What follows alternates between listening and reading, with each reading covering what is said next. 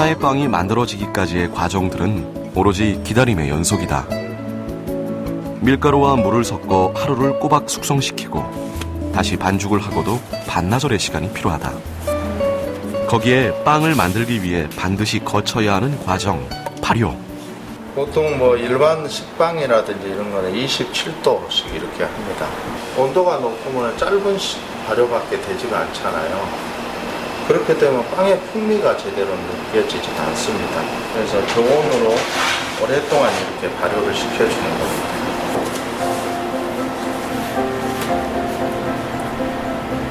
제빵사 중 유일하게 기능 한국인으로 선정된 김영모 기능인.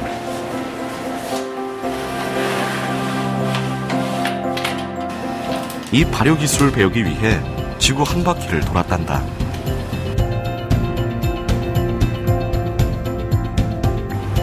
더 좋은 빵을 만들기 위한 그의 집념이 가능케 한 일이다.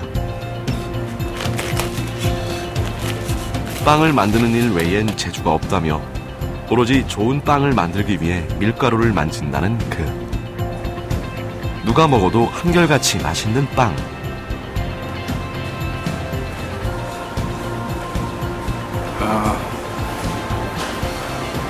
좋습니다. 더 건강한 빵을 꿈꾸는 김영모 기능인을 만나본다.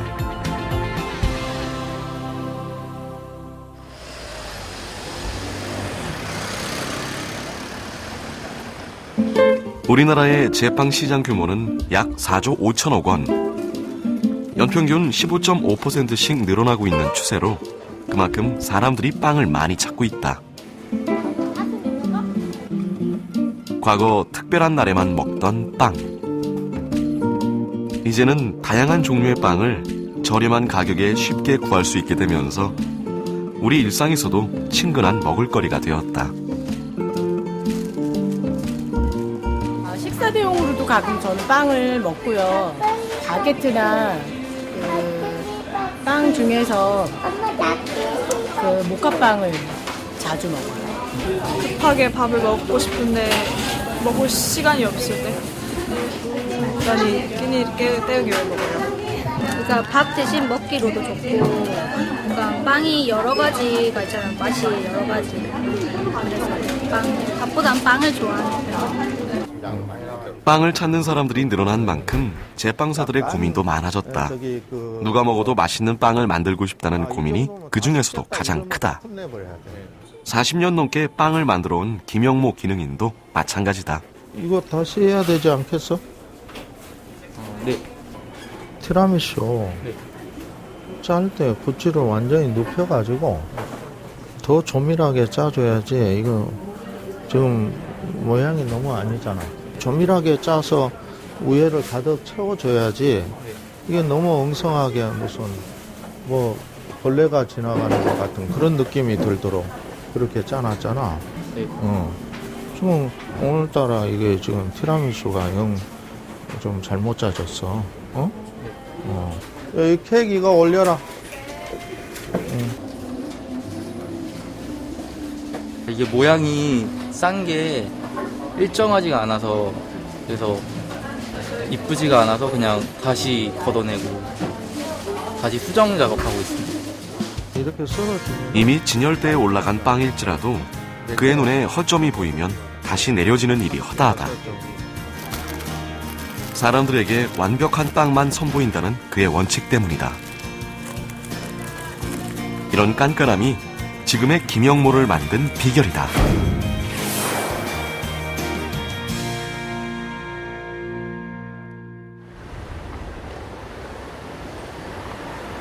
아직 어둠이 가시지 않은 새벽.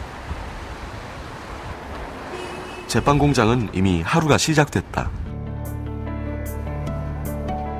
매일 아침마다 간 만들어진 신선한 빵을 선보인다는 것이 김영모 기능인의 원칙.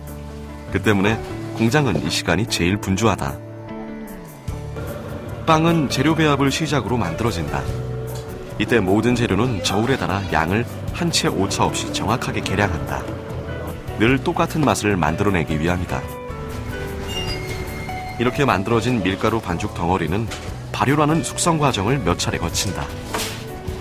이 역시 일정한 빵 맛을 유지하기 위해 시간과 온도를 철저하게 확인하고 통제한다. 발효가 끝나면 손으로 모양을 잡거나 모양 틀에 넣어 오븐에 굽는다.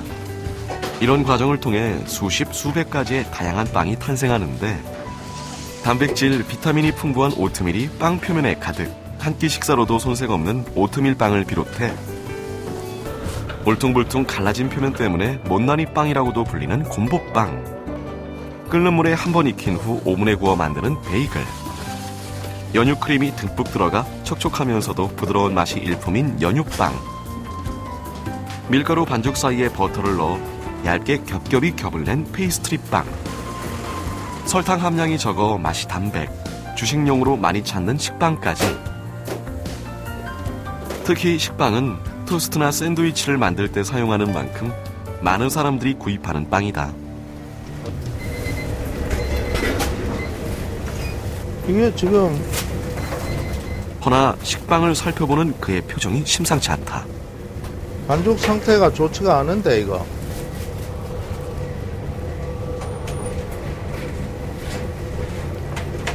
이거 빨리 이거 다시 해라. 이거. 볼륨감도 우선은 적고 그 색이 제대로 나지가 않아서 확인을 해보니까 좀 배합이 잘못됩니다. 다른 빵들도 하나하나 살펴보는 기능인. 발효 타임이 이것도 좀 잘못된 것 같아. 확실하게 부풀은 다음에 그런 다음에 지금 저 성형이 들어갔어야 되는데 그 일로 가져와 봐라. 빵을 발효가 다 된 상태에서 빵을 만져버리면은 이거 되나? 안 되지. 덜 된 상태에서 이걸 만져야지. 발효가 다 된 상태에서 만져가지고 집어여면은 다 저거 왜 만지냐고. 그냥 구워야지. 다 죽은 걸 빵을 갖다 집어여면은 되느냐고. 이것만 열어. 지금 이것도 그의 말 한마디에 버려지는 빵들. 이렇게까지 깐깐하게 빵을 살피고 만드는 데는 이유가 있단다. 조그만한 실수도 용납되지 않는 게 이 제빵의 여러 가지 그런 과정들이에요. 그래서 세심하게 그걸 신경 쓰지 않으면은 똑같은 배합을 가지고도 전혀 다른 맛의 빵이 나오게 되는 이런 과정들이 중요하다고 그렇게 해서 늘 강조를 하고 있죠. 미련스럽기까지 한 기능인의 고집. 가끔 직원들은 볼멘 소리를 내뱉기도 한다. 그럼에도 뜻을 굽히지 않는 건 이 사소함이 빵 맛을 변하게 하는 원인이기 때문이다. 다른 사람들은 빵을 그냥 뭐 밀가루하고 물하고 섞어가지고 그냥 뭐 이스트만 섞어가지고 만들면 되는 걸로 알고 있습니다. 우리는 작은 미생물, 현미경으로 들여다봐야 되는 그런 미생물을 관리하는 기술이에요. 그렇기 때문에 빵은 과학입니다. 일반적으로 그냥 주물러서 내는 그런 빵이 아니다는 거죠.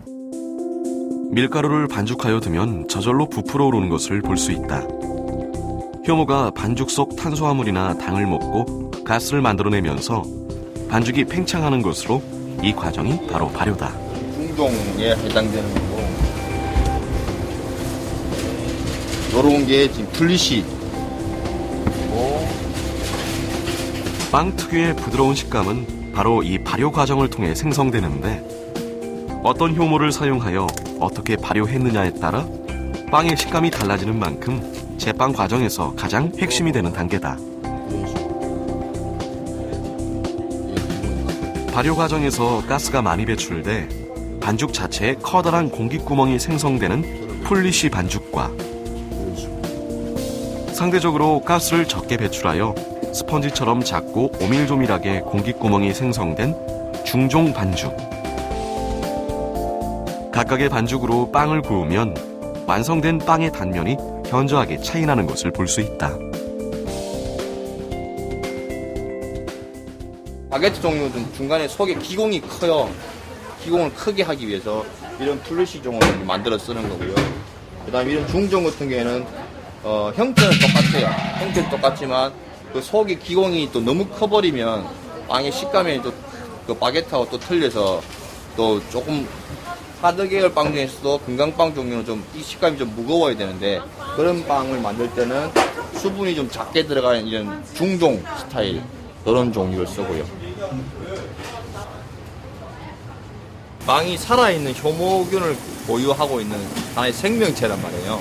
굽기 전까지는 만드는 사람이 일하는 사람이 정성을 들인 만큼 제대로 된 빵이 나온다는 그런 말을 이제 일컬어서 그렇게 이야기를 하죠. 단순히 재료의 배합과 손맛을 넘어 살아있는 미생물을 다뤄 맛을 내는 만큼 기능인이 빵을 만들 때 가장 신경 쓰는 부분도 이 발효 과정이다. 지금 이렇게 그 보글보글 이렇게 지금 발효가 돼서 지금 올라오고 있는 중입니다. 더 맛있는 빵을 만들기 위해 기능인이 택한 건 자연 발효법이다. 재료를 배합하여 상온에 방치하면 대기 중에 떠다니는 미생물이 침투해 자연스럽게 반죽이 발효되는 방법이다. 이게 지금 유산균 발효인데요.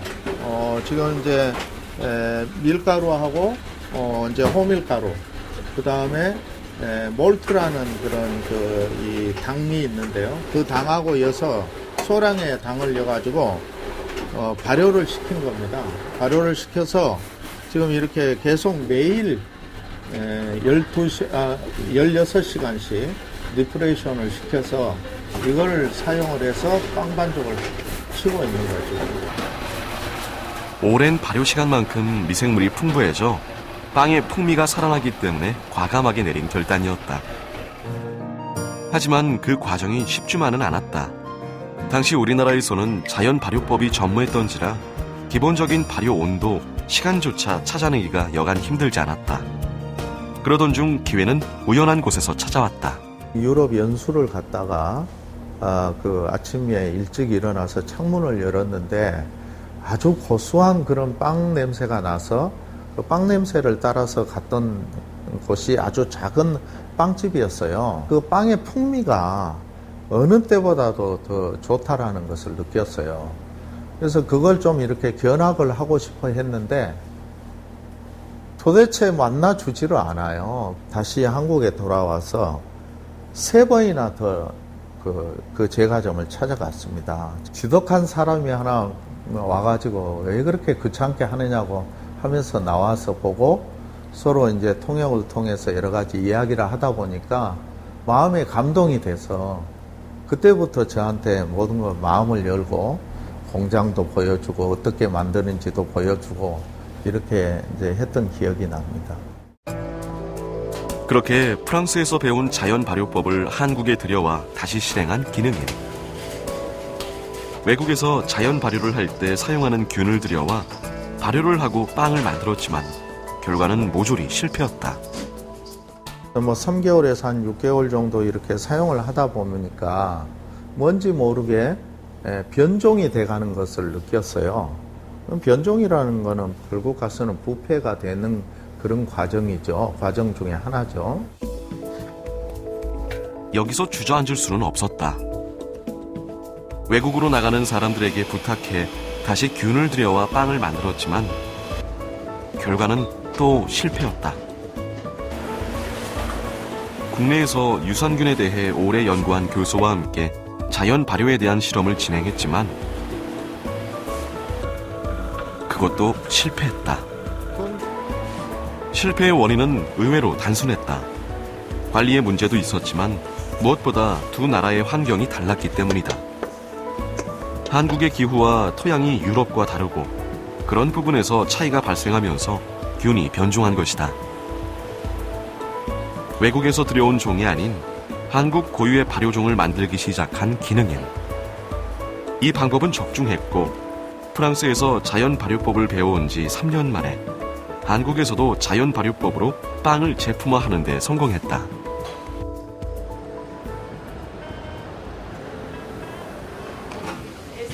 김영모 기능인의 발효기술 개발은 이뿐만이 아니다. 이스트 대신 사과나 건포도와 같은 과일을 발효시켜 빵을 만드는 방법을 정립하기도 했다. 이게 건포도 발효종이라고 천연 발효종이거든요. 인위적으로 사람 손을 그쳐서 만든 게 아니고 자연적으로 조건만 사람이 만들어줘서 만든 천연 발효종 이스트라고 생각하십니다. 건포도 발효종은 건포도와 설탕, 30도의 물을 고루 섞어 약 25도의 온도에서 7일 정도 발효시켜 만든다. 일반 제빵 방법에 비해 시간도 품도 많이 들지만 이런 방법을 고집하는 데는 이유가 있다.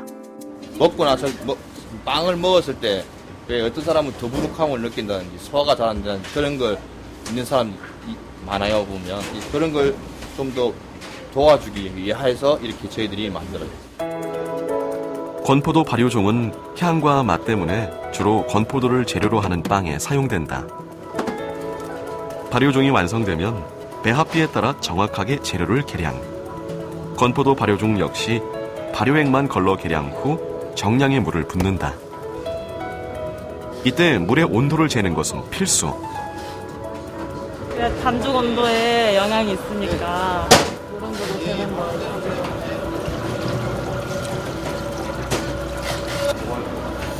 이후 계량된 재료를 반죽기에 넣어 고루 섞는다. 반죽 시간이 길어지면 밀가루 반죽이 탄력을 잃어 빵을 만들 수 없기 때문에 정확한 시간 측정이 필요하다. 보통 최적의 반죽 상태는 글루텐이 100% 가까이 형성된 상태로 이런 반죽을 얇게 펴보면 알 수 있다. 이런 식으로 망처럼 이렇게 돼서 여기 이제 저희들 원하는 상태의 글루텐 상태가 다 잡힌 거거든요. 그럼 이렇게 지문이 찍힐 정도로 보일 정도.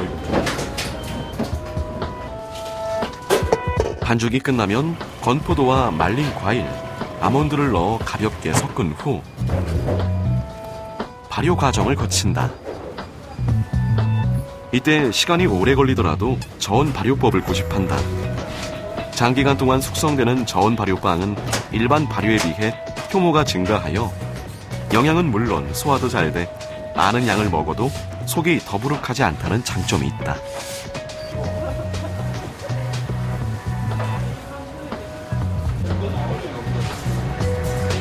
다섯 시간 이상 반죽을 숙성시킨 후 틀에 넣어 모양을 잡는다.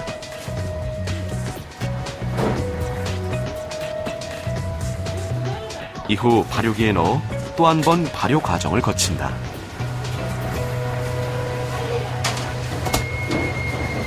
성형하고 나면은 다시 반죽이 또 죽잖아요. 그걸 다시 조금 더 키워주는 거예요, 발효실에서.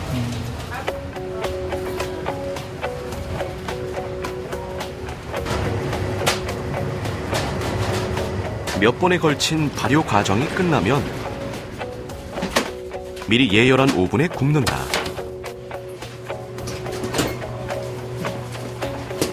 이렇게 완성된 빵의 이름은 슈틀렌.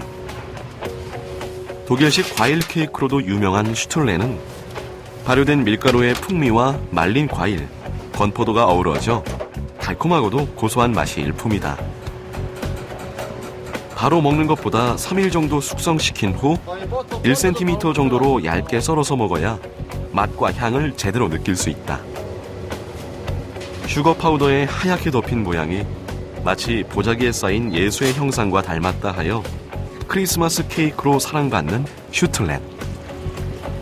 이렇게 이 빵이 만들어지기까지 많은 손길이 필요하지만 기능이는 이 모든 과정이 완벽해야 좋은 빵이 나올 수 있다고 말한다. 항상 모든 제품을 만드는 사람들이 정성이라는 이야기를 많이 하는데요. 한 제품을 만들어낼 때 정확한 그런 시간과 온도와 환경과 설비와 이런 것들이 모두 골고루 갖춰져야만이 정말 좋은 빵들이 만들어져요. 온도를 일정하게 맞춰야 되고 또 발효도 일정한 그 온도에 맞춰서 일정한 시간을 해야 되고 또 굽는 것도 온도가 일정해야 되고 굽는 시간도 일정해야 되고 그런 거거든요. 그런 거 하나하나가 모아지는 게 정성이라고 생각을 하지 특별한 게 무슨 정성이라는 정의를 내리기가 쉽지가 않는 거죠. 언제 먹어도 한결같은 빵을 만들기 위해 기능이는 재료의 배합비와 발효 온도, 굽는 시간을 모두 정리하여 체계화했다. 이렇게 배합이 이렇게 쭉 나와 있는데 자, 32개용 배합이에요. 또 이렇게 뭐 40개 할 때도 있고, 반죽 온도는 26도, 발효는 1차 발효는 30분. 뭐 이렇게 해라 이런 이야기예요. 이런 기록을 정리하기까지 쉽지만은 않았다. 옛날에는 이렇게 아주 뭐 다른 거는 괜찮았어요. 괜찮은데 아주 중요한 배합 있잖아요. 아주 중요한 배합 같은 거는 등 돌아서 혼자 달았어요. 등놈으로 이렇게 보고 배우고 그래 했죠. 당시만 해도 손대중, 눈대중으로 재료를 결정하는 경우가 대부분이라 배합비를 알아차리기 힘들었다. 몇 번의 시행착오 끝에 만든 배합비와 레시피를 모든 사람들에게 공개했다. 기술이 돌고 돌아야 이를 바탕으로 더 좋은 아이디어, 발전된 기술이 나온다는 일념 때문이다. 지금 뭐 그 당시에 제가 그렇게 노력을 많이 해서 그런 어떤 그 상황들을 또 이런 발효종들을 이렇게 이제 그 책을 통해서도 내놓고 이렇게 했을 때 또 공부를 하는 그런 후배들도 많이 생겨서 그렇게 하고도 있고요. 그런 모습을 보면 너무 기쁘죠. 정말 우리 제과가 앞으로 그 동네 빵집이라고 이야기 많이 하잖아요. 이런 윈도 베이커리가 앞으로 살아남을 수 있는 길은 바로 그런 자기만의 그런 개성 있는 제품을 만드는 것이 살아남는 길이 아니냐 이렇게 생각을 하죠. 자신을 능가하는 제빵사가 나오길 바란다는 기능인. 자, 다시 한번. 너무 벌려져 그랬잖아. 밀 모양이 돼야 되는데 몇 번 잘라? 후배 기능인들을 통해 더 좋은 빵이 만들어지길 기대한단다. 옳지. 동네 어른들이라든지 아니면 젊은 사람들이 이렇게 좋은 빵을 만들어줘서 고맙다. 또 이렇게 좋은 빵집이 우리 동네에 들어와서 이렇게 우리가 맛있게 먹게 해줘서 정말 고맙다라고 표현을 했을 때가 가장 기쁘죠. 무엇보다도 보람이 있고요. 맛을 소중히, 사람을 소중히, 또 사람에게 가장 좋은 그런 영양소가 있는 그런 빵들, 건강한 빵들을 저희들이 공급을 해야 될 목적이 있잖아요. 그런 어떤 생각들 때문에 지금 이 순간까지도 제품을 계속 개발을 하고 연구를 하고 또 새로운 제빵법을 개발을 하고 이렇게 해오고 있지 않는가 이렇게 생각을 합니다. 빵을 만들 때 가장 먼저 이 빵을 먹게 될 사람들을 생각한다는 김영모 기능인. 자신이 만든 빵이 한 사람의 몸을 채운다는 생각을 하면 재료 하나, 손길 하나도 소홀히 할 수 없단다. 빵 앞에서는 절대 타협을 모르는 그의 고집과 집념을 응원한다.